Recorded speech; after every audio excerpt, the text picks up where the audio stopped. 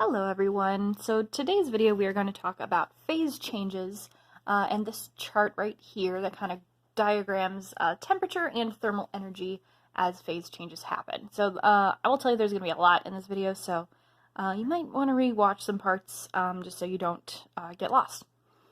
So one of the first things, let's take a look at our axes here. So this is thermal energy, so this is showing what's going on as thermal energy increases. And over here is temperature. So this is showing what's going on as temperature increases. And you'll notice it's not just a nice straight line. It's not directly there's more thermal energy, so there's more temperature. That's mostly the trend, but there's these spots right here where the temperature isn't changing, but the thermal energy is. Okay? So those are where the phase changes actually happen. So for example, let's say we have something that's cooled really, really, really low.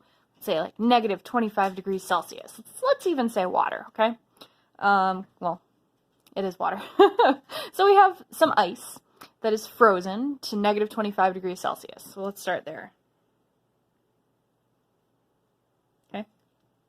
And we're going to start adding some thermal energy to it. And as we add thermal energy, it starts to rise in temperature all the way to 0. Now, what does this look like? So you'll remember back to our particle diagrams video, where we have our bunch of circles all close together as our solid. And it has a little bit of energy, so make sure you add in those swishies. Now, one thing I will tell you is this isn't strictly true because water is one of the weird things that is actually less dense as a solid. Okay, so I want you to think of this as water, but these aren't necessarily going to follow the rules. It's just to kind of help you visualize. So while we're here, we're a solid, and usually your particles are going to be pretty close together and on the lower energy side. Okay, and then we hit here. So as you might know, 0 degrees Celsius or 32 degrees Fahrenheit is where water freezes or where ice melts. So this is the melting point.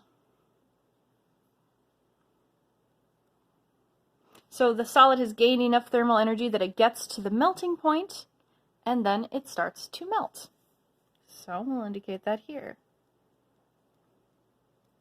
As it's gaining thermal energy, it's melting. So more and more and more of the solid is turning into a liquid. But the temperature is not changing. It actually stays at 0 degrees Celsius until it is completely melted.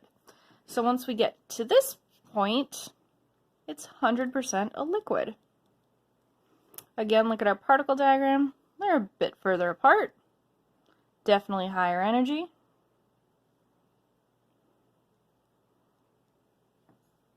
And in a liquid form. And we're going to keep adding thermal energy. Our liquid is heating until we get to this point. Probably when you're more familiar with the boiling point, where it starts to boil. And for water, this is 100 degrees Celsius or 212 degrees Fahrenheit. So what happens here? It starts to bubble. You're making your pot of mac and cheese. That means that actually slowly as we add more and more thermal energy, more and more of this substance is turning from a liquid to a gas. So it is boiling.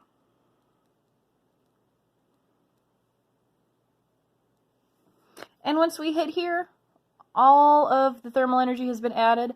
So the liquid is now a gas. And all the particles are quite far apart from each other and very energetic. Put 3 swishies on those. Here we go. So really the key takeaways here, during any phase change, and the same thing happens the other direction, the temperature does not change. So if we, flip it in your brain, we're going to take our gas and we're going to start to cool it. We're taking away thermal energy. It hits here. This is the condensing point.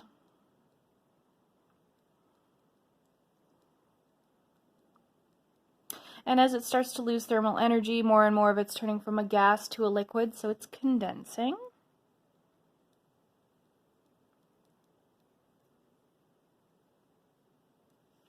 until we get to here, and all of it's a liquid again. We're going to take away thermal energy, going to keep cooling and cooling and cooling and cooling until you get here, and we are quite familiar with this, where your parents' car gets frozen over in the winter, where you start seeing frost in the grass. This is the freezing point.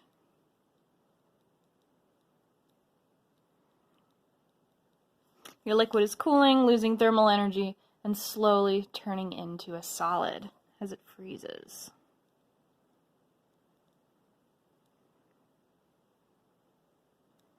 Until it's completely a solid, and then it just continues to cool as a solid.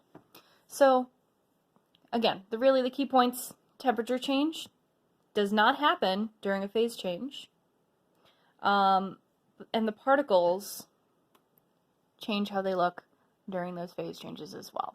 Again, just want to point out that while this is mostly talking about water, water is one of the weird substances that this one would actually look more like this, and vice versa.